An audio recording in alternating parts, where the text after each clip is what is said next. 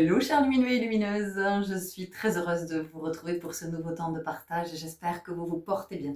Bienvenue dans ce nouveau module de notre université d'été. Alors cette université d'été, ça s'est invité il y a quelques jours, c'est ce que j'expliquais. Voilà, un jour je me préparais avant de vous partager un temps et il y a cette notion de l'université d'été qui est venue. Et, euh, et ce matin, je viens un peu dérouler euh, ce qui est en train de se manifester, en tout cas ce qui est dans l'énergie de ce collectif, euh, de ce que nous sommes en train de vivre avec ce temps d'université d'été.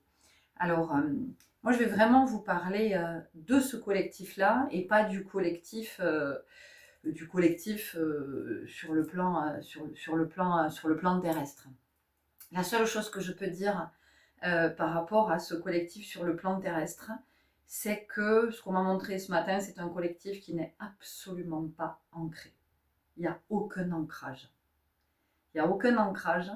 Donc en fait, euh, c'est comme si les êtres ne touchaient pas le sol. Il y a zéro connexion à rien en fait. C'est-à-dire qu'il n'y a pas d'ancrage à la terre, il n'y a pas d'ancrage au niveau du corps, il n'y a pas de discernement, très très peu de lucidité, beaucoup de... c'est comme si les êtres étaient sous l'influence d'une substance qui fait que, vous savez, comme quand vous êtes grisé par l'alcool, que vous êtes, voilà, ou que vous êtes complètement euphorique, vous voyez des éléphants roses, vous voyez des trucs, voilà, vous magnifiez, vous enjolivez, ou alors, chez certains, ça va produire l'effet de je suis triste, je suis plombé, j'ai envie de rien. Pour d'autres, ça va être absolument glauque. Et donc c'est l'état général sur la planète.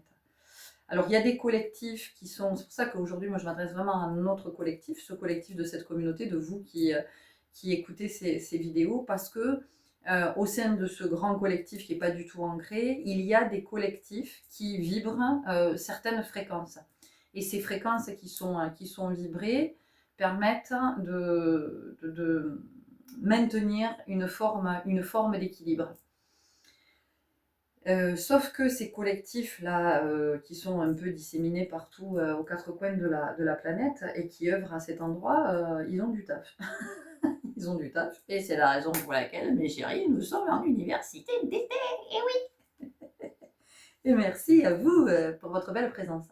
Alors, cette université d'été, alors entendez bien que quand je dis que d'autres ne sont pas ancrés et que nous, on l'est davantage, c'est parce que c'est ce que vous avez choisi. Enfin, je veux dire, c'est pas parce qu'à un moment donné, nous sommes des êtres supérieurs. Entendez bien qu'ici, je prône, c'est bien quelque chose que je prône, c'est l'humilité. D'accord? C'est vraiment d'entendre que vous avez choisi d'être à cet endroit de l'ancrage, du discernement, de la lucidité.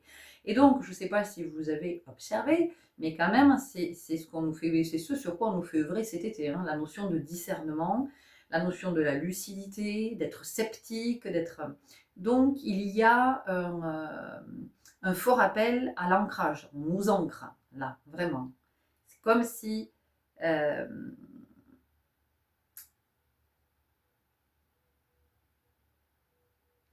ouais, j'entends que dans une forêt, il est nécessaire qu'il y ait des arbres solides.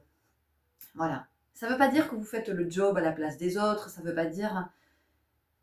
Ça veut juste dire que vous participez à quelque chose à quoi vous ne pouvez participer que parce que vous êtes conscient, que parce que vous êtes ancré, que parce que vous êtes dans une certaine lucidité, une capacité de faire d'autres lectures, de voir au-delà des apparences, d'accord? Parce que c'est le chemin que vous marchez, d'accord? Donc, ici, ce qu'on vient de nous partager, c'est qu'effectivement, on est sur ces notions d'ancrage, sur ces notions de discernement, d'être de plus en plus conscient, d'identifier, d'identifier nos, nos croyances, d'identifier nos mémoires, nos peurs, nos héritages, d'identifier nos répétitions, nos mécanismes, d'identifier donc nos blessures, voilà. C'est tout ça, c'est à l'œuvre. Ce que cette université d'été nous dit aussi, c'est que en fait, c'est la possibilité de venir chercher la matière dont vous avez besoin au moment où vous êtes disponible à venir chercher cette matière. C'est-à-dire qu'il n'y a, il n'y a pas la contrainte. Donc, c'est quelque chose sur quoi vous êtes en train d'œuvrer aussi. Le fait de vous libérer de contraintes. Parce que dans la vie, nous avons des contraintes. Vous voyez, quand vous travaillez, vous êtes salarié, ou même si vous êtes... alors moi, ici, vous êtes travailleur indépendant parce que vous vous organisez comme vous voulez, mais quand vous êtes salarié, vous avez des heures de travail. Les enfants doivent se présenter à l'école à telle heure, ils ont cours de telle heure à telle heure. Voilà, on est tous avec des contraintes euh, qui souvent sont subies. Et là, vous êtes en train d'évoluer à cet endroit. C'est ce que j'entends. Vous êtes en train d'évoluer à cet endroit, c'est-à-dire que vous comprenez que vous ne pouvez recevoir la matière qu'à certains moments et vous ne pouvez partager vos ressources qu'à d'autres moments. Et ces moments, ce sont les moments les plus justes, les moments les plus propices. Donc, pour certains d'entre vous, vous écoutez ces partages dès qu'ils sortent. Pour d'autres, ça va être peut-être sur votre pause méridienne. Pour d'autres, ça va être en début d'après-midi. Pour d'autres, peu importe. Il y a d'autres, vous allez écouter la nuit. En fait, c'est le moment où vous êtes disponible à recevoir. Donc, c'est cette liberté de pouvoir aller et venir au moment qui conviennent le mieux, les moments qui sont les plus opportuns. Donc, vous êtes en train d'évoluer à cet endroit. De petit à petit, vous dégagez de la contrainte ou en tout cas de la croyance que vous devez être contraint. Ça ne veut pas dire que maintenant vous allez faire ce que vous voulez par rapport à votre job et que vous vous dites chier, ce matin j'y arrive qu'à 10h. C'est pas ça. C'est juste qu'à un moment donné, cette mouvance énergétique, ce qui est en train de bouger en vous, cette appréciation du fait de ne pas avoir de contraintes, est quelque chose qui peut contribuer à une prise de décision à un moment donné de je ne veux plus faire ce job-là parce que ces horaires ne me conviennent pas. Ou je ne veux plus travailler dans cette institution, dans cet établissement, peu importe, parce que les horaires ne me conviennent pas. Ou parce que la contrainte de stress, parce que la contrainte au niveau de la pression, parce que la contrainte au niveau des commandes, des attentes, ne me convient pas. Il y a quelque chose comme ça qui est en train de bouger. Je vous rappelle que nous sommes en année 9 et qu'on arrive sur des fins de cycle. Donc les fins de cycle, c'est nous permettre de sortir de ce qui n'est plus favorable, de ce qui n'est plus juste, de ce qui n'est plus abondant, de ce qui nous empêche, de ce qui nous contraint, de ce qui nous restreint, de ce qui nous maintient, d'accord? Donc en ce moment, il y a ça, voilà, il y a ça qui est à l'œuvre. Il y a ce premier mouvement de choisir le moment opportun. Ensuite, avec cette notion de matière, il y a aussi un autre mouvement qui est que dans ce que je partage, tout ne vous parle pas, tout ne vous intéresse pas. Et c'est cette possibilité, à travers par exemple une vidéo, de se dire ça je prends et ça je prends. Et tout le reste, en fait, je le laisse. Tout le reste, je n'en ai pas besoin. Je n'en ai pas besoin maintenant, peut-être j'y reviendrai plus tard. Je n'en ai plus besoin parce que c'est ok, c'est déjà vu, c'est déjà fait. Et par contre, je prends ça, ça et ça, ou je ne prends que ça. Parfois, vous allez tout prendre parce que c'est toute cette matière-là dont vous sentez que vous avez besoin. Ensuite, cette matière, vous vous l'appropriez comme il vous semble que c'est le plus juste pour vous. Donc, c'est cette capacité aussi à savoir ce qui est ok pour soi. Ça veut dire que vous êtes aussi en train d'identifier vos besoins. Vous êtes en train de prendre ce temps de vous dire, ok, de quoi est-ce que j'ai besoin? Et ça, c'est quelque chose qui est nouveau. C'est vraiment quelque chose qui est nouveau. Ce que ça vous dit aussi, c'est que ce temps que vous prenez d'écoute de ces partages est un temps que vous vous octroyez. C'est un temps pour vous. Ça veut dire que pendant ce temps-là, vous vous offrez ce temps, vous prenez ce temps, vous choisissez de garder ce temps pour écouter ces partages. C'est du temps pour vous. C'est du temps en présence. Donc, vous vous choisissez. Ça aussi, c'est quelque chose qui est en train de bouger. Vous apprenez à vous choisir. Peut-être que vous n'en êtes pas encore conscient, peut-être que vous ne le réalisez pas. Mais je sens que c'est quelque chose qui est à l'œuvre. Vous êtes en train aussi d'œuvrer du côté du positionnement, de l'affirmation, de poser les limites. Il y a quelque chose par rapport à l'autorité. Il y a quelque chose qui bouge par rapport à l'autorité. Vous êtes en train de prendre conscience de ce que l'autorité a induit dans votre vie, de votre rapport à l'autorité, et de ce que le fait d'être sous l'autorité d'eux, où est-ce que ça vous a mené dans vos choix, dans vos expériences, dans ce que vous avez à vivre. Et là, on sent qu'il y a quelque chose qui fait que ça commence à bouger au niveau de l'émancipation. Voilà. Donc, il y a des décisions qui vont pouvoir se prendre sans la peur ou possiblement avec un peu de peur, mais l'affirmation sera bien plus forte que la peur. Donc, un alignement, l'âme en présence qui dit ok, on acte ça. L'ego qui dit et l'âme qui lui dit t'inquiète pas petit bonhomme, tout va bien se passer, c'est ok, c'est juste, c'est le plus juste pour nous, on ne peut pas continuer comme ça. Voilà, donc il y a tout ça qui est à l'œuvre, qui fait que vous pouvez vous sentir dans un entre-deux énergétique. Vous pouvez vous sentir dans une ambivalence énergétique, émotionnelle, physique, de vitalité.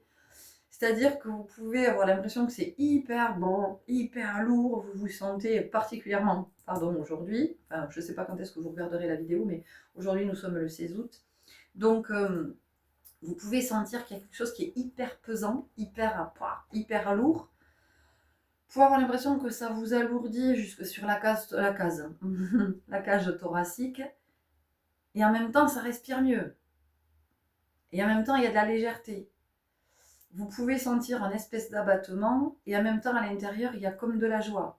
Vous voyez, il y a quelque chose comme ça. Donc vous pouvez être dans cette ambivalence, là. Ce que nous sommes aussi en train d'acquérir en ce moment, ce que nous expérimentons, c'est dans quelque chose de global, comment on va du plus global au plus subtil. Parce que l'université, c'est ça. L'université, c'est la variété, en fait. C'est la globalité. Et donc, à travers tous les partages là, de chaque jour, à travers notre quotidienne, il y a quelque chose de global, c'est très varié, et en même temps, on nous amène toujours au point le plus subtil, au point le plus petit, au point, vous voyez ce que je veux dire? C'est-à-dire, c'est comme si au début on partait, on a on a une vue d'ensemble, vous voyez, une vue panoramique. Ben, imaginez, vous êtes un aigle, ouais, parce qu'il a une vue hyper perçante. Vous êtes un aigle. Donc déjà l'aigle, il a quand même une jolie vue. Hein. Donc vous êtes là, vous survolez, hop, et puis petit à petit, vous descendez, et donc ça grossit, vous voyez, c'est comme un microscope, ça grossit. Et donc en ce moment, c'est ce qu'on est aussi en train de voir. On est en train de voir dans tous les partages de chaque jour, là, de nos quotidiennes. Et puis, c'est aussi un apprentissage. C'est ce que vous êtes en train d'apprendre, de développer. C'est-à-dire que vous ne vous cantonnez plus à la vision globale qui, ma foi, elle est pas très très nette, elle est floue, elle n'est pas précise. Il est évident que si vous regardez, j'en sais rien, si vous regardez un bout de tissu, si vous le regardez comme ça et si vous le mettez passer au microscope, si vous le mettez sous un microscope et que vous regardez, vous n'allez pas voir la même chose, vous allez vraiment voir les fibres, vous allez voir peut-être de la poussière dessus, vous allez peut-être voir des acariens, vous allez peut-être voir... Vous voyez ce que je veux dire? Et donc, c'est ce que nous sommes en train d'apprendre cet été. Donc, l'air de rien, avec ce temps de quotidienne qui peut être j'en sais rien, peut-être à des moments ça peut être divertissant, ça peut être, je sais qu'à des moments c'est intense aussi, parce que vous pouvez me dire, pour certains, que vous pleurez pas mal en ce moment, donc on est aussi en train de nettoyer, de purifier, on est en train de reprendre contact avec nos émotions, mais de reprendre un contact, c'est comme s'il y avait une conciliation avec nos émotions, c'est-à-dire c'est même pas une réconciliation, parce que pour qu'il y ait une réconciliation, il faut déjà qu'il y ait eu une conciliation. Donc on est en train de se connecter à nos émotions et de les aimer, ces émotions, c'est-à-dire que c'est d'entendre que elles sont essentielles, parce qu'elles nous disent quelque chose de nous, elles nous disent où on en est, elles nous disent nos besoins. Vous voyez, on en revient à la notion de besoin. Donc cette université d'été, elle est riche, elle est très très riche. Euh, et je vous dis ça, pas du tout parce que c'est moi qui tous les jours suis là à vous partager, parce que je reçois tout autant que vous, vraiment. Euh, et, et cette richesse est en train de nous préparer à vivre la suite, parce que l'université, pourquoi va-t-on à l'université? L'université, je vais recevoir des enseignements qui vont m'être bénéfiques par la suite dans la pratique d'un métier. L'université, c'est ça. Ici, tout ce que nous apprenons, ce dont nous nous souvenons, ou ce avec quoi, enfin, des petits rappels, des confirmations, tout ça fait qu'à un moment donné, on va pouvoir l'utiliser, en faire usage dans notre vie. Parfois, ça sera sur le plan personnel, parfois, ça sera sur le plan sentimental, parfois, ça sera sur le plan familial, parfois, ça sera sur le plan professionnel, parfois. Voilà. Donc, c'est de la matière qui est là, qui est à disposition. Et à partir de là, effectivement, on pourra faire usage à des moments différents en fonction de ce dont on a besoin. Ce que ça vient nous dire aussi, c'est que cette université d'été nous apprend de plus en plus à développer le sentir, donc à être dans le corps. On en revient à l'ancrage. Le sentir est essentiel. Le sentir est essentiel. Vous avez un magnifique livre que je cite souvent qui s'appelle La Voix du sentir de Louis Sansa. On m'en a cité deux autres. Je partage, hein, Bellam, qui m'a partagé ce. Alors, il faut juste que je vous les retrouve. Je coupe 2 secondes, hein, le temps de chercher. Alors, je vous partage ce qu'une Bellam m'a partagé. Lecture qui fait référence à La Voix du sentir de Mahler, M-A-H-L-E-R. Et puis, elle me parle aussi de Sylvie Andreux, A-N-D-R-E-U-X. Ok, voilà, ça c'est ce que je peux vous partager, que vous connaissez peut-être déjà, qui vous appellera peut-être. Et puis si vous avez des livres qui vous ont accompagné, voilà, il n'y a pas longtemps, une belle âme nous a partagé aussi des lectures, puisque elle vit la maladie dans cette incarnation, elle fait l'expérience de la sclérose en plaques, et elle nous a partagé des titres de livres qui font référence à la sclérose en plaques, au transgénérationnel, donc avec une approche spirituelle. Donc si vous avez des livres que vous avez à cœur de nous partager, parce que pour vous, ils ont été une révélation, un appui, voilà, peu importe, en tout cas, voilà, sentez-vous libre de nous les partager et d'alimenter cette université d'été, et comme dans chaque université, il y a une bibliothèque, mes amis. Voilà, donc une université qui nous unit, qui nous unit dans une même énergie. On fait naître, effectivement, au sein de ce collectif, on fait naître une vibration particulière qui participe à l'évolution aussi de la planète. Donc on est dans ce mouvement-là. Mais encore une fois, c'est un choix. Et c'est pas du tout parce que nous sommes des élus ou parce que nous... Vraiment, entendez bien, j'insiste, je sais. Je sais que je fais ma Relutosaurus Rex, mais c'est vraiment important d'être humble, voilà, d'être dans le cœur, d'être modeste. Et de se dire que, ben oui, on est dans notre choix d'incarnation. On a choisi à un moment donné de participer à quelque chose qui favorise. Je reviens, je me suis fait piquer, excusez-moi. Allez, me revoilà, me revoilou. Alors, oui, j'étais en train de vous dire qu'on est en train de participer à un mouvement, c'est-à-dire qu'on est à suivre l'énergie. Voilà, l'énergie cosmique, on est à suivre ce flot. Voilà, et on accepte d'être dans ce flot avec aussi, j'entends, de moins en moins de résistance. Je ne vous dis pas qu'il y en a plus de résistance. En tout cas, quand elles sont là, cette capacité à identifier, à se dire ok, je suis dans la résistance, ok, je suis dans le contrôle, ok. Et c'est d'être très très à l'aise avec tout ça. Comme quand j'identifie que je suis pas dans le cœur, quand j'identifie que je suis dans la réaction, quand j'identifie que ben non, cette attitude-là que j'ai eue à un moment donné, ben c'était pas ok, c'était pas juste. Voilà, mais c'est juste cette capacité à l'observer, cette capacité à le regarder et cette capacité à le voir. Et c'est ok en fait. Et c'est ok. Et c'est pas ah je suis une mauvaise personne, oh là là, c'est pas bien, oh là là, voilà, ça c'est la culpabilité. Je vous le redis, pour moi, la culpabilité c'est une façon d'être victime, de se positionner en victime, pauvre de moi. Parce que ça aussi c'est une forme finalement de. Alors la culpabilité au niveau, de toute façon au départ c'est de la manipulation, c'est-à-dire que si vous culpabilisez c'est parce qu'à un moment donné dans votre enfance un adulte a été maladroit dans le sens où il vous a fait du chantage, mais parce qu'il ne pouvait pas faire autrement, parce qu'il n'a certainement pas identifié. Bon, ou alors on est sur quelque chose qui est pervers et là on entre dans une autre dimension. Moi, je ne vous parle pas de ça. Je vous parle de l'adulte qui va dire, sans réfléchir à ce qu'il est en train de dire, ni aux conséquences que ça peut avoir, l'adulte qui va dire, mais si tu fais pas ça, t'es pas gentil, t'es pas gentille. Si tu fais pas ça, tu sais, maman, elle va être déçue. Si tu fais pas ça, papa, il va moins t'aimer. Si tu fais, voilà, tous les trucs à la con, là, qu'on peut dire. Encore une fois, c'est pas pour se culpabiliser, c'est juste pour s'observer à cet endroit.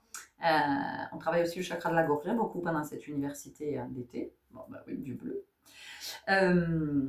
Donc la culpabilité, ça vient de quelque chose qu'on a inoculé en vous. C'est-à-dire qu'à un moment donné, il y a du chantage. Il y a du chantage affectif qui a été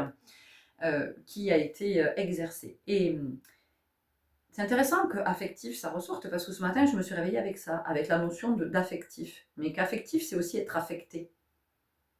Alors affecté, ça peut avoir plusieurs significations. C'est-à-dire qu'on peut être affecté à un poste, d'accord ? Mais on peut être affecté dans le sens où on est profondément touché. Affecté dans le sens où on est infecté. D'accord ? Donc, la culpabilité est un poison qui m'affecte et qui m'infecte. Depuis cet espace, il ne peut rien se passer. Il n'y a rien qui puisse évoluer depuis l'espace de la culpabilité. Par contre, ce qui est intéressant, c'est la responsabilité. Comment je me responsabilise ? Et quand je me responsabilise, je ne me juge pas. Quand je me responsabilise, ça veut dire que je suis dans une forme de sagesse. Je suis dans une forme de... Je suis ouvert au fait que je suis un être qui vit un apprentissage sur une planète qu'il ne connaît pas, ou qu'il connaît peu. Et que cet être-là, il est en train de vivre plein d'expériences, dont la plupart lui échappent complètement, et que chaque expérience, il la vit tant qu'il n'y a pas la conscience, tant qu'il n'y a pas suffisamment de discernement et de lucidité. Ça fait ça, l'expérience que l'on vit. Alors je parle des expériences qui sont éprouvantes, parce qu'il y a des expériences qui sont youhou, youhou, voilà. Il y a ces expériences-là aussi. Mais je vous parle de celles qui font qu'on se sent malmené, parce que ce sont celles-là qui nous marquent profondément. Ce sont celles-là qui viennent aussi nous amener à regarder ce qui est malade, ce qui a besoin de soins, ce qui est affecté. Donc l'être humain, il est avec tout ça. Et l'humilité, c'est d'accepter à des moments, d'être très intelligent, d'être très lucide, d'être dans le discernement, d'être très inspiré, d'être très créatif, d'être en bonne santé, d'être dans une belle vitalité, d'être... Et puis accepter qu'à d'autres moments, on puisse être complètement à côté de la plaque, hein, qu'on puisse être dans la réaction, qu'on puisse être abject, qu'on puisse être méchant, qu'on puisse être con à d'autres moments, qu'on puisse... Mais c'est ok, en fait. C'est l'apprentissage. C'est en étant dans cette capacité de tout observer que petit à petit, je peux décanter et être dans quelque chose qui est de plus en plus paisible. Parce que c'est ça en fait, c'est pour être paisible. Voilà, c'est pour être tranquille, c'est pour être serein. Et quand je suis serein, évidemment que je suis serein aussi dans ma relation à l'autre. Ma disponibilité n'est pas la même. Observez-vous, les jours où vous êtes en tension, vous n'êtes pas dans la même disponibilité que les jours où vous êtes détendu, où vous êtes plus tranquille, où vous êtes plus apaisé. Il n'y a qu'à voir pour les parents. Un enfant, si vous êtes en tension, un enfant qui vient vous parler, le simple fait qu'il vous dise « Maman !» Vous voyez ? J'ai vu toute la différence. J'ai vu toute la différence entre mon ancienne vie dans cette vie, quand j'étais travailleur social, mon indisponibilité avec mon fils. J'étais tellement stressée, tendue, fatiguée, épuisée, énervée, irritée, frustrée. J'étais tellement dans cet état que j'avais très peu de disponibilité pour mon fils. Je pouvais me rendre disponible à des moments, mais franchement, c'était pas la majeure partie du temps. Et je sentais bien qu'il y avait parfois, le pauvre enfant, le soir, il avait envie de jouer. Moi, j'avais qu'une envie, c'était de tout débrancher et de dormir. Et lui, il avait envie de jouer. Sauf que, dans ma tête de maman, je me disais, ben non, moi, je n'ai pas le temps de jouer. Parce qu'il y a le repas à préparer, parce qu'il y a ça à faire, parce qu'il y a ça à faire, parce qu'il y a ça à faire. Croyance, conditionnement. Et donc, pas du tout disponible pour cet enfant. Pas trop, en tout cas. Souvent tendu, souvent irrité, souvent, et alors après, évidemment, puisque ça allait de pair à l'époque, ben dans la culpabilité. Oui, je suis une mauvaise mère, je suis pas disponible pour jouer avec lui, le pauvre, il m'appelle, et moi, ça m'énerve, et allez. Ok ? Voilà, jusqu'à ce que la vie m'offre un beau burn-out. Merci la vie. Merci la vie. Alors, je ne vous souhaite pas d'en passer par là. Moi, il se trouve que c'est ce qui a permis la remise des compteurs à zéro. Et c'est ce qui a fait que les polarités ont pu s'inverser. Et que quand je dis les polarités, c'est aussi dans des fonctionnements, dans des schémas, dans plein de choses comme ça que j'ai commencé à identifier. Et je vois bien aujourd'hui, je vois bien que la relation à mon fils aujourd'hui, elle est ce qu'elle est parce que je suis très disponible et que je choisis de me rendre très disponible. Alors il y a des moments où je ne le suis pas et je lui dis écoute, là je suis occupée, je suis en train de répondre à quelqu'un, je suis en train d'écrire un post, je suis en train de faire un courrier, je suis en train de, voilà, où je suis occupée avec la danse, et je lui dis on se voit dans un moment. Dès que j'ai terminé ça, par contre je serai disponible et on peut prendre un temps. Mais je vois ma disponibilité et tout ce que ça change dans la relation, évidemment. Parce que je ne suis pas tendue, parce que je ne suis pas stressée, parce que je ne suis pas énervée. Voilà. En tout cas, il y a des moments où je suis tendue, bien sûr, parce qu'il y a des moments où je vis des expériences qui me tendent, qui font que je ne suis pas encore sereine à cet endroit. Et donc, je vais être un peu plus en tension et je peux être un peu plus vive dans ma réaction. Et donc, je vois bien tout ce que ça change quand je suis disponible et quand je ne le suis pas. Quand je suis disponible, je peux accueillir aussi, par exemple, quand il rentre le soir très en colère de l'école, parce qu'il s'est senti une fois de plus obligé d'aller à l'école où il s'ennuie, et non seulement il s'ennuie, mais en plus il s'entend répéter toute la journée qu'il est nul, qu'il ne sert à rien, qu'il ne comprendra jamais rien. Et quand il arrive le soir avec toute sa colère, je peux accueillir. Je peux être dans cette disponibilité-là, à me poser, puisque moi je suis très détendue, et à me dire ok, c'est sa colère. Et comme toi, tu n'es pas en colère, ça n'entre pas en résonance avec ta colère. Parce que souvent, j'y pense.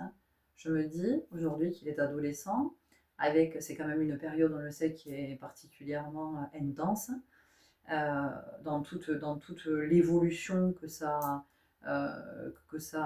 induit et de comment, quand on est en pleine phase d'évolution, ça nous échappe surtout à cet âge-là, avec des pics émotionnels extrêmement forts, autant dans le haut que dans le bas.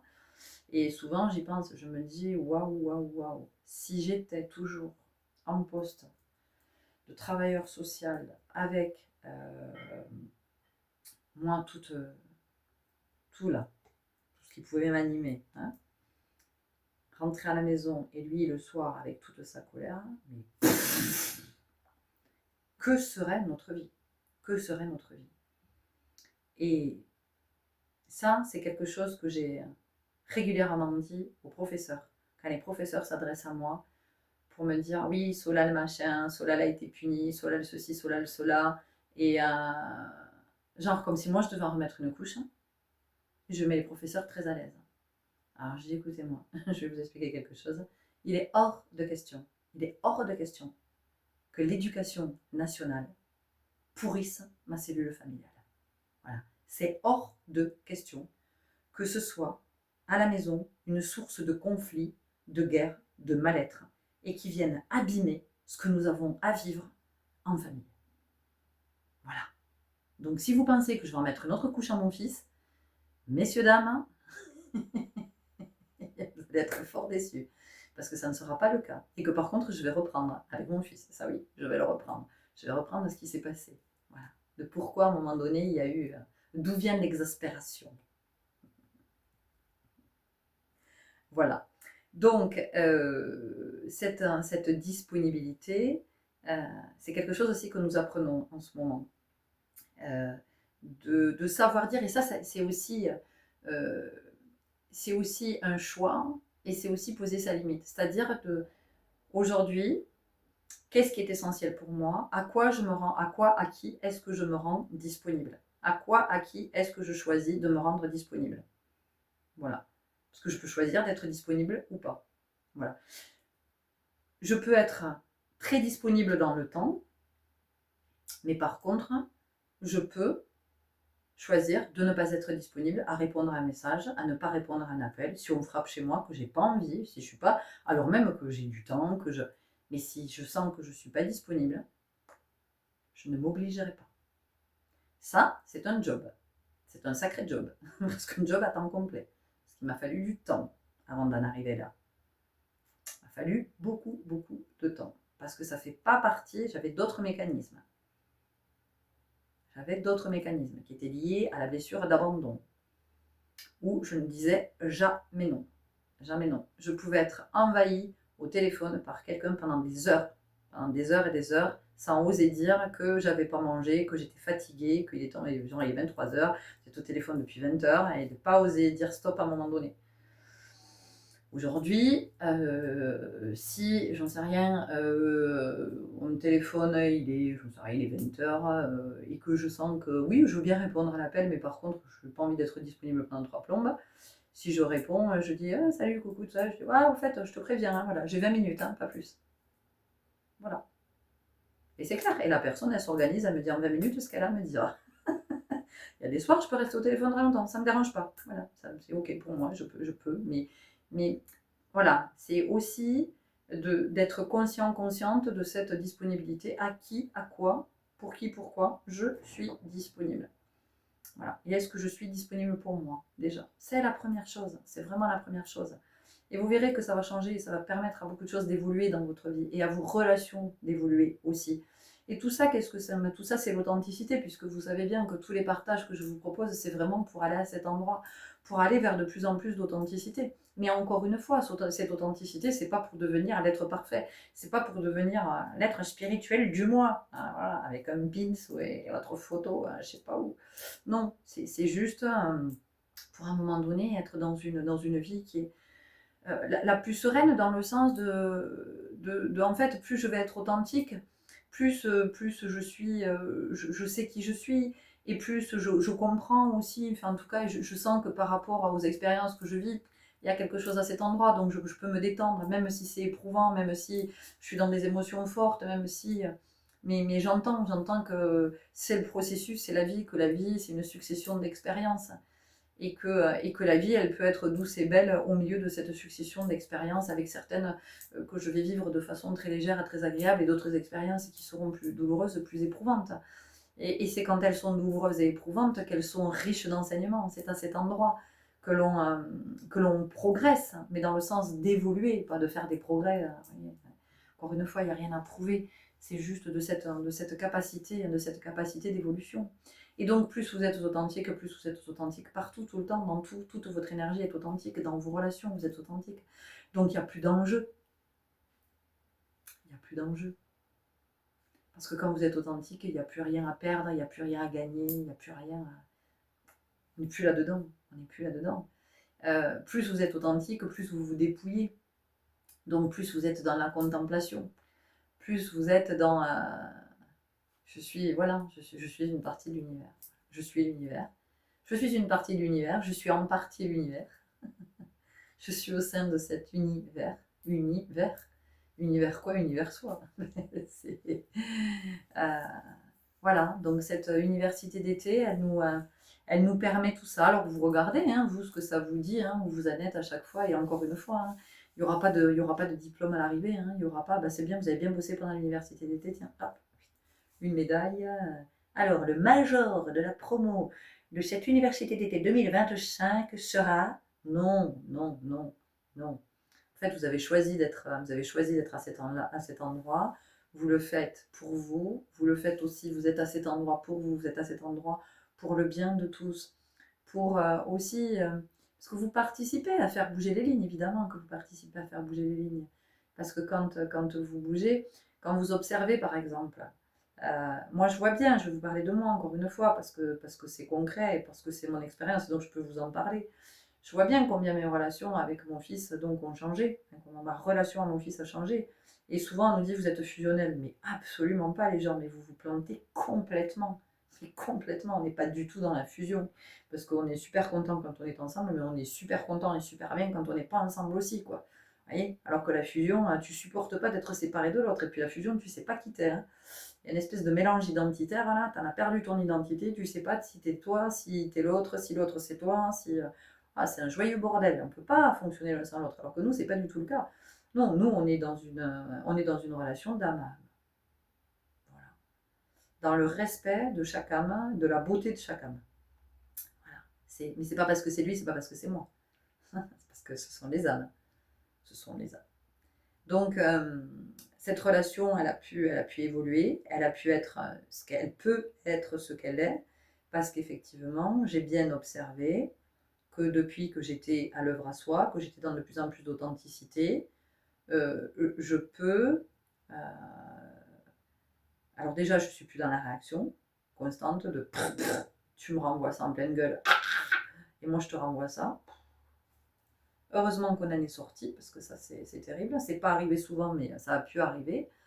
Cette relation, elle est aussi équilibrée parce que, comme je vous l'ai déjà expliqué, je suis dans cette capacité de regarder, de m'observer, de voir mon comportement quand il n'est pas juste, et d'aller voir mon fils en lui disant voilà, je viens m'excuser auprès de toi, tu me pardonnes pas, enfin je te demande pas de me pardonner, juste je viens m'excuser parce que je n'ai pas été juste quand je t'ai dit ça ou quand j'ai été dans cette attitude. Voilà, ça m'appartient.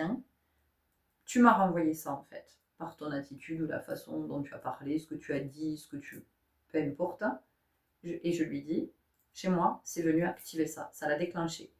Mais c'est pas parce que ça l'a déclenché en moi que je dois, dans mon attitude, dans mon verbe, que je dois être à cet endroit. Je suis en train de travailler à cet endroit. J'y suis. Voilà, c'est encore compliqué pour moi.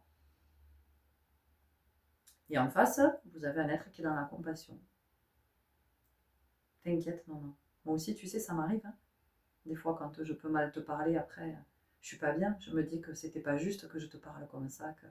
Voilà, et quand on en est là, alors encore une fois, c'est pas pour vous dire que moi je suis une femme extraordinaire, non, je suis à l'œuvre, j'essaie d'être à l'œuvre parce que j'entends bien aussi que dans cette vie, cet enfant qui s'appelle Solal, qui a choisi de s'appeler Solal, mais qui a choisi de s'appeler Solal, je pense que c'était 9 ans avant de naître, qu'il a choisi de s'appeler Solal. Oui, donc pas 9 ans. En tout cas, il avait choisi bien longtemps avant de s'appeler Solal. Je savais, j'avais eu l'information qu'il s'appellerait Solal, que j'aurais un fils qui s'appellerait Solal. Et je sais bien que Solal, donc la signification de Solal, c'est le guide, celui qui montre le chemin. Voilà. Vous imaginez le fils dont je suis la mère. Et je lui dis souvent que je suis très heureuse qu'il m'ait choisi comme mère. Et donc ce guide-là m'enseigne. Et je vois bien donc que c'est dans cette incarnation que j'apprends la parentalité juste. Que j'apprends la parentalité juste. Et qu'on ne naît pas parent, on apprend à devenir parent. Et comment apprend-on à devenir parent? Grâce à nos enfants. Quoi qu'ils nous fassent, pas quoi qu'ils nous fassent vivre, parce que c'est pas juste ce que j'allais dire, quelles que soient leurs expériences. Quelles que soient leurs expériences, et comment nous pouvons être impactés par ces expériences. C'est ça, être parent. Et c'est ce que j'apprends avec Solal, et j'entends que c'est un des champs que je suis amenée à vivre pour partager aussi une autre approche dans la relation d'âme à âme, parent-enfant, parce qu'on s'est choisi mutuellement, on ne s'est pas choisi pour rien. On s'est choisi pour grandir ensemble, pour s'élever ensemble. Et je vois bien que Solal me guide à sortir de schémas qui étaient très ancrés dans ma famille. Voilà. Il m'amène à créer une autre voie qui n'est pas très très comprise encore dans ma famille, qui peut encore susciter pas mal d'interrogations ou des réflexions même, dans ma posture de parent. Et c'est ok. Et c'est ok parce que je sens qu'il y a quelque chose ici qui est à faire évoluer dans cette famille par rapport à la parentalité, par rapport à l'éducation. Hein. L'éducation, c'est encore une fois, je vous le redis, hein, l'éducation, quand vous savez que moi j'aime les mots, je suis beaucoup à l'œuvre du côté des mots, pour moi c'est une médecine. Les mots, chaque mot porte une vibration et j'aime aller à la racine. Ça, c'est une de mes passions, ça me fascine de toujours aller à la racine. Donc je vais à la racine du mot, je vais à la racine de l'émotion, je vais à la racine du trauma, je vais à la racine voilà, je vais toujours à la racine tout le temps. J'ai toujours besoin de remonter à la racine. Et donc, éduquer, du latin educare. Educare, c'est accompagner. C'est accompagner pour que celui qu'on accompagne puisse révéler le meilleur. Autrement dit, pour qu'il puisse révéler ses potentiels. Voilà. Qu'il puisse être dans la liberté de révéler ses potentiels. Éduquer, encore une fois, c'est pas polir un enfant. C'est pas le rendre obéissant. C'est pas le rendre docile. C'est pas le rendre soumis. Parce que quand vous êtes dans educare, il y a plein de choses que vous n'avez pas besoin de dire. Que l'enfant, de fait, va exprimer. C'est-à-dire le bonjour, merci, au revoir, s'il vous plaît. Vous n'avez même pas besoin de lui dire on dit merci, ah nanana, ah nanana. Ça se fait très naturellement. Très naturellement. Parce que c'est l'âme. Parce que c'est la noblesse de l'âme. Educare, c'est ça. Vous savez, je vais vous dire quelque chose, ça risque de vous choquer, hein, mais peu importe, c'est mon point de vue et je l'assume complètement, comme tout ce que je vous partage. Vous avez appris à marcher tout seul. On est d'accord. Personne ne vous a appris à marcher. Voilà. Vous avez appris à parler tout seul. On est d'accord. Vous avez appris à manger tout seul. Vous avez appris à être propre tout seul. Vous avez peut-être été stimulé. En tout cas, vous avez appris à être... Est-ce que vous pensez que nous avons besoin d'apprendre à lire, à écrire, à compter? Moi, je vous pose la question. Est-ce que vous pensez qu'on a besoin de quelqu'un qui nous apprend à lire, à écrire, à compter? Alors que les autres acquisitions, vous les avez faites seules.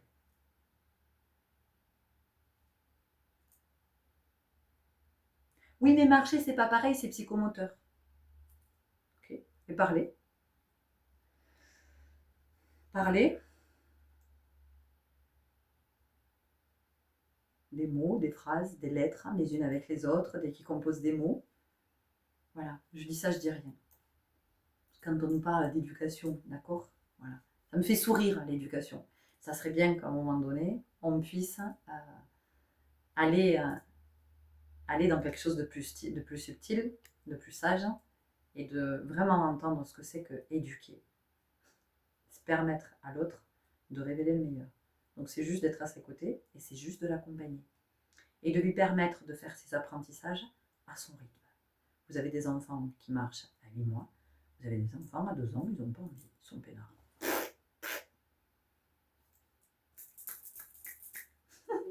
On vient les chercher. Ça m'énerve. Voilà. Ça ne veut pas dire qu'il a des problèmes psychomoteurs, ça ne veut pas dire qu'il est retardé. Ça veut juste dire que c'est pas son rythme, c'est pas le moment, il n'a pas envie, il a autre chose à faire que de marcher. Voilà, il n'a pas compris le train indépendant, très tôt. Vite, ils vont trotter. Ah merde, ils marchent tôt. Ben ouais. Pareil, pour parler. Il y en a, certains enfants vont très mal parler pendant longtemps.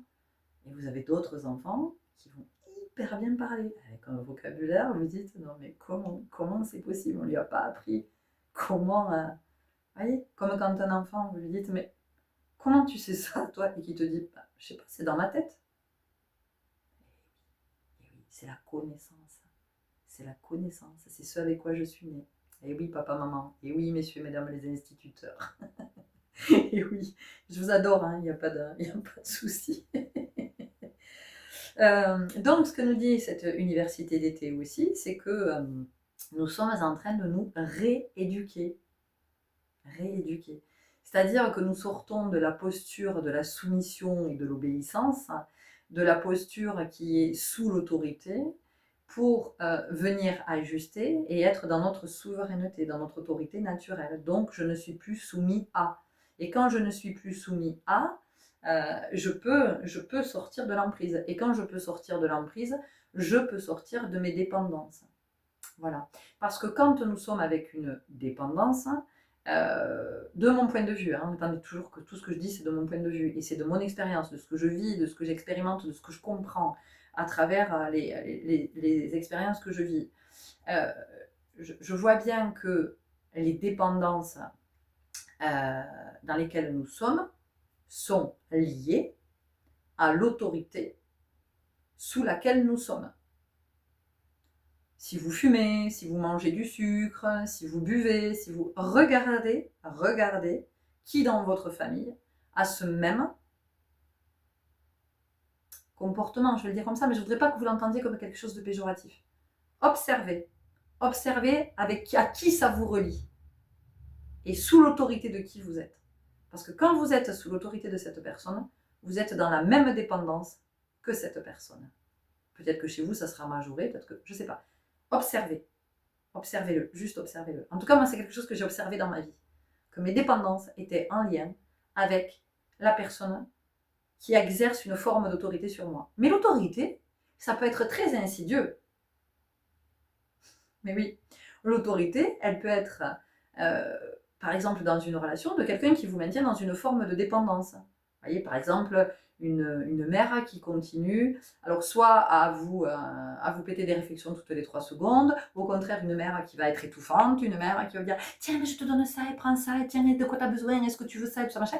Qu'est-ce qu'elle fait, cette mère? Sous le couvert de « J'aide mon enfant, j'aide ma fille, j'aide mon fils, enfin, j'aide mes enfants ». Qu'est-ce qu'elle fait? Elle exerce son autorité sur ses enfants. Donc c'est une forme d'emprise, c'est une forme de contrôle. Donc vous êtes sous l'autorité de cette personne. Et si votre mère, je ne sais pas, elle est dépendante, si elle fume, si elle bouffe du sucre, si elle prend des médicaments, peu importe ce que c'est, mais observez. Ou si elle est dans des achats compulsifs, mais vous allez faire la même chose. La même chose, puisque vous êtes sous son autorité. Observez-le, vous nous direz. En tout cas, moi, c'est ce que j'ai observé dans ma vie, que mes dépendances étaient vraiment très en lien avec les êtres qui exercent une forme d'autorité sur moi. Parce que l'autorité, c'est pas forcément l'autorité. Non, c'est pas celle-là. C'est pas du tout celle-là. L'autorité, c'est à un moment donné, il y a quelque chose qui est au-dessus de vous, qui fait que vous vous sentez, vous, soumis. d'une certaine façon. Donc vous vous sentez dépendant de cette personne. Soit parce qu'elle vous fait flipper, soit parce qu'elle est toujours en train de vous gueuler dessus, soit parce que, je vous dis, elle est trop dans le je te couve et je te machin, et vous n'arrivez pas à en sortir, et du coup ça vous maintient dans une dépendance, enfin, vous voyez, voilà. Donc on apprend tout ça aussi cet été, ouais, on apprend pas mal de choses, l'air de rien, pendant cette université d'été. Donc il y a toute cette richesse, et toute cette richesse, eh bien, ça peut être inconfortable, ça peut être inconfortable dans le corps, ça peut être inconfortable aussi parce que ça génère de la peur, parce qu'on sent bien qu'il y a quelque chose qui est à l'œuvre, que c'est en mouvement, et bah oui, ça bouscule parce que ça nous amène ou du côté d'un ah mais tiens, ça nous amène, ah on se sent appelé là-bas, oui mais moi j'y suis jamais allée là-bas, alors je sais pas trop, je sais pas trop si je vais y aller parce qu'ici quand même je connais bien.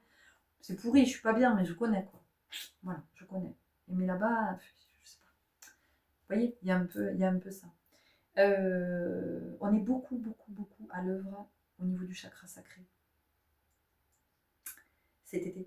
Euh, Messieurs, je ne sais pas, moi en tout cas je le sens chez les femmes. Je sens que chez les femmes, il y a quelque chose qui est en train d'évoluer par rapport au chakra sacré. Donc par rapport aux besoins, par rapport au désir, par rapport à la pulsion de vie, par rapport au corps aussi, par rapport à l'intime. Il y a quelque chose qui est en train de changer, d'évoluer, de, par rapport à l'intimité et de ce qui peut être offert de l'intimité. À qui j'ai envie de l'offrir, comment, pourquoi. Ce que je n'ai plus envie d'offrir. Pourquoi je n'ai plus envie de t'offrir à toi cette intimité-là. Parce que si tu ne me respectes pas dans la matière, si ton énergie elle est pourrie, j'ai pas envie d'accueillir. J'ai pas envie d'accueillir ton énergie pourrie. Ou peut-être que, oui, je sens qu'entre nous, il y a quelque chose de. Il y a de l'amour amoureux, mais t'es tellement à vif, t'es tellement en tension, t'es tellement machin que non, je peux pas accueillir ça. Je peux pas. Donc il y a quelque chose qui fait que c'est en train de bouger au niveau du chakra sacré et que la femme peut redevenir l'initiatrice. Voilà. Puisque les femmes sont des initiatrices. C'est important d'entendre que, en fait, à cet endroit de l'intimité, euh, il y a eu mal donne. C'est-à-dire qu'il y a des informations qui sont pas passées euh, dans, dans ce qu'était le. euh, Parce que nous, on voit ça comme un acte charnel, mais ça va au-delà. Je veux dire, à un moment donné, ce sont deux âmes qui se connectent, ce sont des chakras qui viennent se connecter, et notamment les chakras sacrés qui viennent se connecter. Donc, quand on sait que le chakra sacré, c'est le foyer de votre maison, c'est l'endroit le plus précieux de votre maison, c'est à cet endroit même que les organes reproducteurs pour l'homme et la femme se logent. Donc, si encore une fois il s'appelle sacré, c'est pas pour rien qu'il s'appelle sacré. Il faut savoir que quand il y a une relation intime, il y a une connexion des deux chakras sacrés. Donc, c'est comment l'énergie de l'homme est impulsée à l'énergie de la femme. Donc, il est évident que si l'homme il est dans une énergie d'amour, dans une énergie de respect, dans une énergie de douceur, c'est ok par rapport à ce que la femme va recevoir. Mais si en face on est avec un homme qui multiplie les relations, si on est avec un homme qui est belliqueux, si on est avec un homme qui est dans son yang, si on est avec et si la femme est aussi dans le yang, voilà, je vous laisse imaginer, mesdames, ce que vous avez après à nettoyer. D'accord. Donc, voilà, on est en train de commencer aussi à observer quelque chose à cet endroit, de l'intime, voilà, de cette connexion d'âme et de cette connexion de ces deux chakras avec les désirs, parce que ce sont deux désirs qui viennent se rencontrer, enfin en tout cas je l'espère, que ça n'est pas le désir de l'un et pas celui de l'autre. Ce sont deux désirs qui viennent se rencontrer, ce sont deux pulsions de vie qui viennent se rencontrer, ce sont des rêves qui viennent se rencontrer. Et donc, c'est vraiment d'être de plus en plus conscient de ça, parce que quand il y a du conflit à cet endroit, il y a inévitablement des manifestations physiques, des manifestations physiologiques, biologiques. Voilà, il y a des manifestations d'inconfort ou des manifestations de maladies, d'infections, voilà, de plusieurs choses qui peuvent se développer à cet endroit. Donc ça aussi, c'est quelque chose qu'on est en train de... Enfin, en tout cas, c'est un chakra sur lequel on est en train d'œuvrer. Le chakra sacré, parce que c'est là que naît la créativité aussi, c'est ce que l'on va créer, c'est à cet endroit que la vie que la vie prend forme. Donc c'est à quoi je donne vie.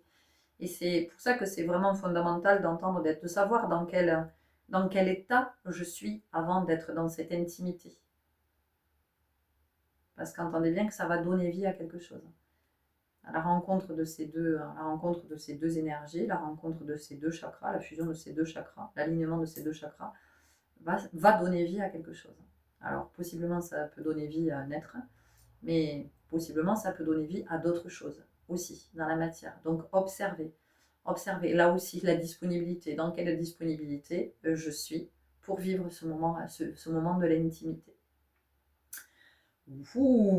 Est-ce que nous avons quelques cartes? Ouais, nous avons quelques cartes. Bon les amis, on y va avec l'oracle des gardiennes du ciel.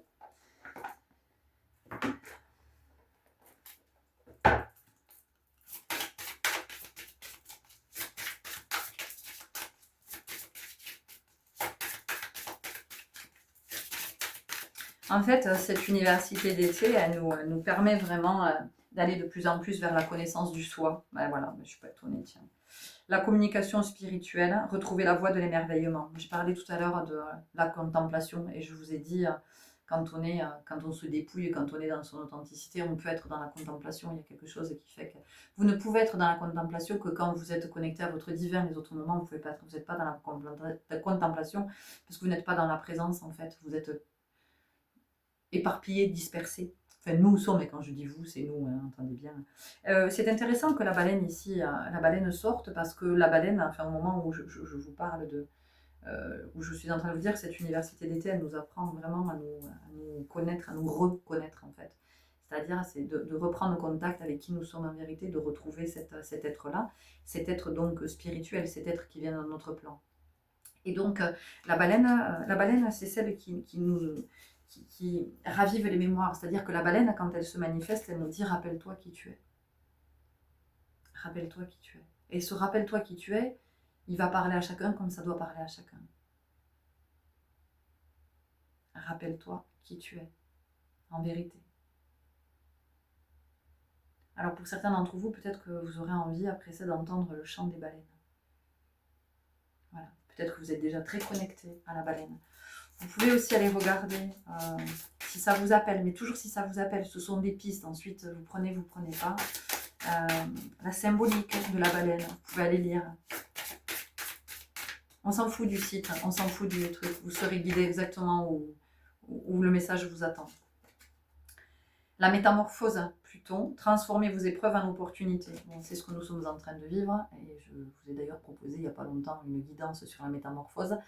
Je vais vous mettre le lien sous la vidéo, comme ça, si vous ne l'avez pas vu passer, si vous ne l'avez pas entendu et que vous êtes appelé, voilà, j'ai proposé une guidance sur la métamorphose que vous êtes en train de vivre. Bon, on est avec Pluton. Pluton, on sait que c'est cette capacité à alchimiser, à transmuter, à mourir, à mourir et laisser mourir pour pouvoir être en vérité. Donc on laisse mourir chaque fois un peu plus du personnage, on accepte de plus en plus de se détacher du personnage. Jupiter, l'expansion, déployez-vous, croyez en votre bonne étoile. Bon, bah écoutez, ce sont les rappels de tout ce qu'on a partagé depuis un certain temps, hein, cette capacité de se déployer et de s'autoriser surtout à se déployer aussi. De s'autoriser à se déployer, de s'autoriser à ouvrir ses ailes.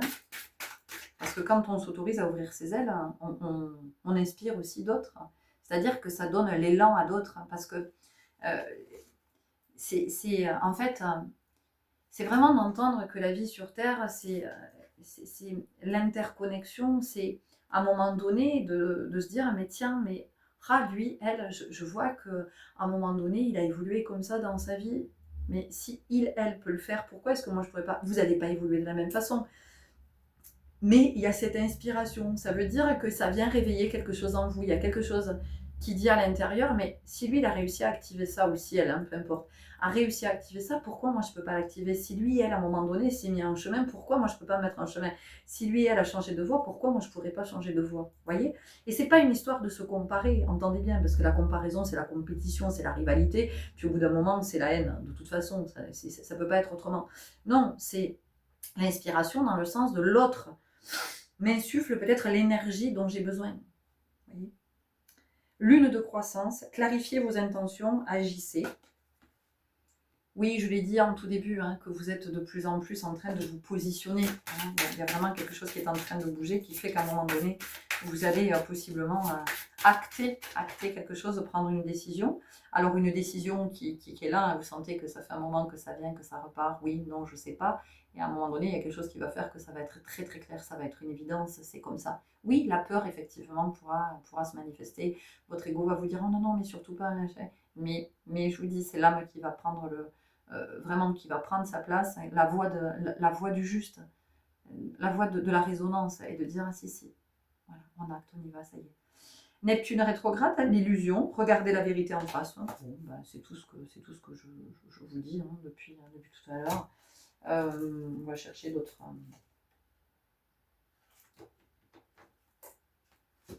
Et on vous dit la clé de la porte de l'âme est en vous. Ouais, bon, ben. Ok. Bon, ben non, je dois continuer avec cet oracle. Allons-y. Bon, parce que peut-être que pour certains, vous avez besoin qu'on vous remette une petite couche. Alors, on remet une couche, ça me va. La communication, interagissez, tel le messager ailé. Donc, oui, hein, on a pas mal, on œuvre, hein, du côté, je vous ai dit, on nous fait pas mal bosser sur notre chakra de la gorge hein, en ce moment. Donc, on est à cet endroit, la communication en vérité, la communication juste. J'en ai parlé aussi hier dans les enseignements de Marie, de revenir sur ce qui a pu faire conflit, de pouvoir le poser, de laisser la possibilité à chacun de s'exprimer sans couper la parole, sans dire à la place de l'autre, sans surenchérir, attendre, s'assurer que l'autre ait bien tout dit, peut-être s'assurer qu'on a bien compris ce qu'il nous a dit. Si je reformule, est-ce que c'est bien ça que tu m'as dit? Est-ce que j'ai bien compris ce que tu me disais? Notamment avec les enfants. Et quand je dis les enfants, c'est y compris les ados, les jeunes adultes. Voilà. Il y a un vrai travail à cet endroit, hein, dans nos relations à nos enfants. La responsabilité, bon ben voilà, on parle beaucoup de responsabilisation, dompter vos instincts avant d'agir.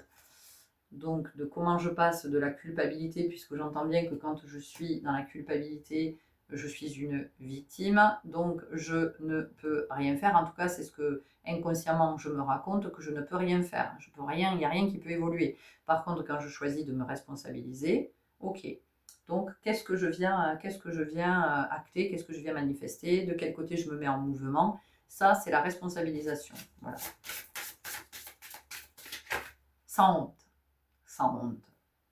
Eau de vie, plongez dans la nuit pour renaître. Je vous ai parlé du chakra sacré, mesdames. Hein.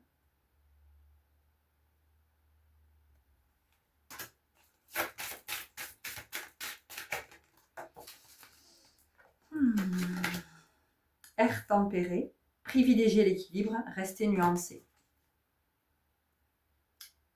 Notion d'équilibre, ça fait des semaines que j'en parle.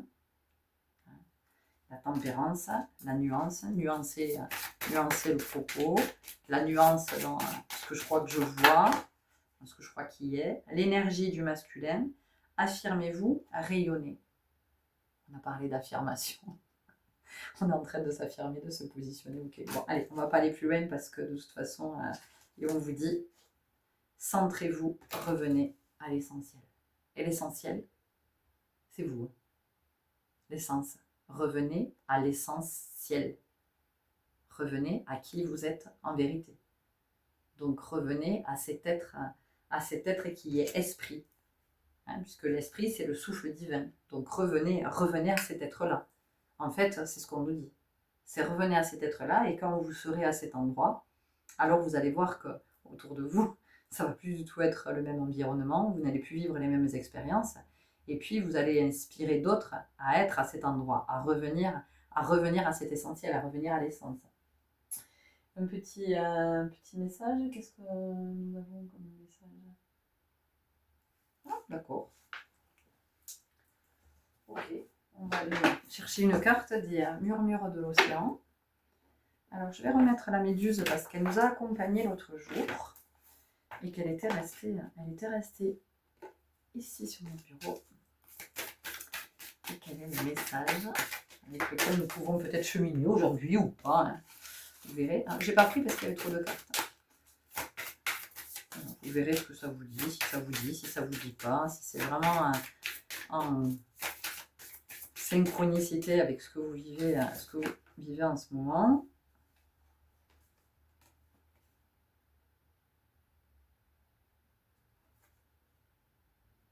Ah, c'est intéressant, tiens. On a sorti les hippocampes, mais c'est pas la carte. Hein, je vais... Voilà. Alors, cette carte nous dit c'est le 9. Flâner avec satisfaction. L'attente au lieu de l'action sera le choix le plus avantageux pour le moment. Et j'entends parfois, il n'y a rien d'autre à faire que laisser faire. Peut-être le temps du repos aussi. Avant d'entrer dans la spirale. Ok, la carte qui est sortie. Détachez-vous des résultats. Lâchez prise pour vous ouvrir à l'amour très élevé que vous méritez. Trouvez des moyens d'abandonner votre tracas ou un manque d'indulgence envers vous-même non résolu auquel vous vous accrochez.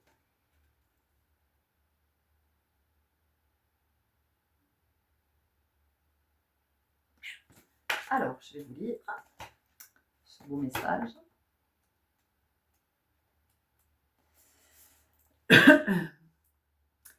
Si vous sentez que vous avez réagi trop vivement, prenez le temps de vous pardonner et autorisez-vous à apprendre la leçon. Si quelqu'un vous a blessé, ayez la volonté de lui pardonner. Ok, je vais aussi vous mettre enfin la guidance que j'ai partagée hier, la guidance du 15 août avec les messages de Marie, parce qu'il y avait la notion de pardon. Prêtez attention à vos sentiments, à vos pensées et à vos souhaits. Prenez soin d'aligner vos pensées et vos actes pour attirer les désirs de votre cœur. Vous pouvez vaincre toutes les peurs qui viennent à vous. Comprenez comment la douleur vous aide à grandir. Je vous ai dit tout à l'heure que les expériences les plus éprouvantes, c'était les expériences qui nous amenaient le plus d'enseignements. Les plus grands enseignements. Si quelqu'un vous a trahi, et si vous pensez ne plus pouvoir aimer de nouveau, mettez cette croyance au défi. Ne soyez pas surpris que votre cœur sorte de l'obscurité, capable d'aimer encore plus fort. Si vous êtes nerveux, ajustez votre régime alimentaire, votre sommeil et votre environnement. Vous reviendrez à la vérité de ce que vous êtes en un rien de temps. La vérité de ce que vous êtes. Entourez-vous de vos amis et de votre famille pour vous aider à libérer les anciennes douleurs et à vous distraire pendant que vous guérissez et attendez une nouvelle énergie. Alors entourez-vous de vos amis et de votre famille. J'ai envie de vous dire, ça peut être votre famille de cœur, parce que parfois avec sa famille de sang, on ne peut pas vraiment se distraire. Il peut y avoir j'entends des contradictions, enfin des énergies contraires, quelque chose qui fait que vous ne pouvez pas, c'est pas auprès de votre famille que vous allez trouver ça. Et je dénigre pas la famille, hein, d'accord? C'est juste pour s'autoriser à se dire, oui, mais moi, ma famille, c'est aussi, ça peut être ma famille de cœur. Et à des moments, je vais trouver davantage de soutien auprès de ma famille de cœur. Parfois, je vais le trouver auprès de ma famille, mais parfois, ça sera auprès de ma famille de cœur. Les orques développent une structure sociale matrilinéaire. Elles restent avec leur mère toute leur vie. On a parlé tout à l'heure de l'autorité, vous vous souvenez? La maman étouffante, la maman machin, la maman qui est là, ou la maman qui est exigeante et qui pète des réflexions toutes les 3 secondes. Leurs zoothèques sont formées des femelles les plus âgées de leurs enfants, ainsi que des enfants de leurs filles, et ainsi de suite. Les orques peuvent vivre plus de 90 ans, et plusieurs générations de ces mammifères restent ensemble pour chasser et voyager. Ces zoothèques sont très sécurisées. Les membres ne s'éloignent presque jamais les uns des autres, et quand ils le font, c'est pour un court laps de temps. Il est également important que vous trouviez un appui solide. Entourez-vous de personnes qui vous soutiennent et vous permettent de grandir et d'évoluer pendant votre découverte de vous-même. Voilà. Peut-être que ces personnes qui vous soutiennent et qui vous permettent de grandir et d'évoluer pendant votre découverte de vous-même, peut-être que c'est aussi au sein de cette communauté. Vous voyez, quand vous pouvez être dans des échanges, ou quand, même si vous interagissez pas entre vous, mais quand vous pouvez lire un partage de l'un d'entre vous ou de l'une d'entre vous, et que ça fasse écho, il y a quelque chose qui peut prendre appui aussi à cet endroit, j'entends. Et détachez-vous des résultats. C'est aussi, ce que j'ai envie de vous dire, c'est que vous n'êtes pas un orque. Et donc, il n'y a rien qui vous attache. Il n'y a rien qui vous attache, ni à votre famille, ni à votre mère. Ça ne veut pas dire qu'il est question de les dénigrer, de les renier et de prendre à la distance, mais c'est juste que parfois, on a besoin d'être à distance pour pouvoir se réaliser. Vous entendez? Eh bien, quand même, on leur dit pas comme ça. On va se quitter, on peut pas se quitter sur un truc. Vous entendez? Bon, je pense que certains et certaines d'entre vous, d'entre nous, tous, nous avons besoin d'entendre aussi qu'il y a ce besoin de s'émanciper de l'autorité possiblement maternelle. J'avais dit que cette année, on était beaucoup sur le lien à la mère, hein, de comment on s'éloignait, comment on pouvait mettre de la distance pour être dans son authenticité, pour pouvoir incarner, et que parfois on a besoin de la distance avec la mère et parfois on a besoin de la rupture. On a besoin de la rupture avec la mère, on a besoin de couper le cordon ombilical, c'est-à-dire qu'on va choisir soit de le couper parce que ça n'est pas fait, parce que du côté de la mère, ça ne peut pas être coupé, il y a quelque chose qui fait qu'elle n'y arrive pas. Et que parfois, c'est à l'enfant à couper. Voilà, il y a aussi, il peut y avoir quelque chose comme ça. En tout cas, il y a cette notion de savoir à quel moment on prend appui, sur qui on peut prendre appui, sur quoi on peut prendre appui, et puis des moments aussi où on a besoin d'être dans son individualité, d'être dans son unité, d'être, ok, je peux être avec le clan, mais je peux aussi être à l'extérieur du clan. Je peux être dans ces deux mouvements-là. Et c'est pas parce que je suis à l'extérieur du clan que je renie le clan ou que... Non, mais je suis plus dans cette fidélité au clan qui fait que je vis tout ce que le clan a déjà vécu. Et donc, l'orque ici, elle nous renvoie à la notion de transgénérationnel. Et c'est important, je proposerai un partage là sur ce thème du transgénérationnel, du karma, des héritages et tout ça, parce qu'il y a vraiment une invitation à dédiaboliser. C'est-à-dire qu'à un moment donné, choisir de renoncer à une loyauté du clan, à une loyauté du transgénérationnel, c'est aussi permettre une ouverture. Ça veut dire que ça permet à des nouvelles branches de pousser sur cet arbre, ça permet à des nouveaux bourgeons de pousser, et ça permet donc à des nouvelles fleurs et possiblement des nouvelles fruits de s'épanouir, vous voyez. Donc c'est pour ça que c'est important aussi à des moments il y a des loyautés qui sont, c'est ok, parce qu'effectivement c'est une force, c'est une puissance, c'est une qualité, c'est une ressource et c'est une compétence, et merci, merci, merci le transgénérationnel, et merci les ancêtres pour cet héritage. Mais à un moment donné, il y a aussi des héritages qui deviennent des poids, et c'est comment on choisit de libérer la famille de cet héritage. Mais sans être dans ouais, ils font chier ses ancêtres, hein, ils ont fait que de la merde, non, ils ont fait comme ils ont pu, comme vous faites comme vous pouvez aussi. D'accord? C'est pour ça qu'il y a cette notion de dédiaboliser et d'accepter d'être celle qui va renoncer à cet héritage, qui va dire bah écoutez, non, je ne veux pas de cet héritage. Et oui, mais alors qu'est-ce qu'on fait de cet héritage? Ben, rendons-le, qu'il se dissolve, qu'il se transforme en une énergie positive, qu'il me donne la force, qu'il me donne l'énergie, qu'il me donne le courage d'aller vers quelque chose de nouveau et de permettre à de nouvelles branches de pousser sur cet arbre généalogique. C'est aussi ça que ça vient nous dire, qu'on a, le droit, de vivre une vie différente. On a le droit d'emprunter une autre voie. On a le droit de ne pas faire comme les ancêtres faisaient. On a le droit, si on estime que ça n'est pas juste, alors, on a ce choix-là, à un moment donné, de dire, j'estime que ça n'est pas juste pour moi, et je n'ai pas envie que ma descendance vive ça. Donc, je vais remettre du juste. Et donc, on arrête avec ça. On arrête avec cette transmission, on arrête avec cette coutume, on arrête avec cette tradition. On arrête avec peut-être ce comportement qui se transmet de père en fils. On arrête peut-être avec cette violence qui est là, on arrête peut-être avec cette soumission qui est là depuis toujours, on arrête peut-être avec cette croyance que les femmes doivent être malheureuses en amour, on arrête avec cette croyance que les hommes doivent être veufs à tel âge, on arrête avec cette croyance que, vous voyez, voilà, à un moment donné, il y a quelque chose comme ça, donc c'est là de s'appuyer sur les ancêtres et de dire, voilà, ok, maintenant, moi j'ai besoin de votre énergie. J'ai besoin de votre énergie, j'ai besoin de votre force, j'ai besoin de votre sagesse, j'ai besoin de vos qualités, en fait, pour nous délivrer tous de ça, de cet héritage, et d'offrir une ouverture sur quelque chose qui est encore inexploré, inconnu dans notre famille. Wow, c'est juste beau, et on va rester là pour aujourd'hui. Merci, merci, merci, comme toujours, merci pour tout, merci pour tous vos beaux partages, merci. merci pour tous vos messages, vous êtes des amours. Merci de me soutenir sur ce chemin que j'ai choisi. Merci de venir me soutenir dans cet alignement parce que vraiment vous me soutenez hein, dans vos messages. Hein. Je me dis ok, ok, c'est là, j'y reste. Enfin j'y reste dans le sens de, pour l'instant en tout cas, je sens que c'est à cet endroit et donc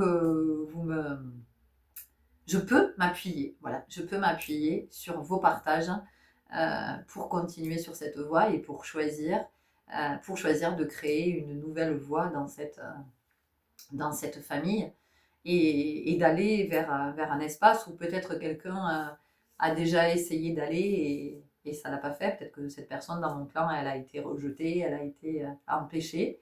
C'est quelque chose que je vis beaucoup, moi, dans cette vie. Donc, vous me permettez, en tout cas, de transmuter ça.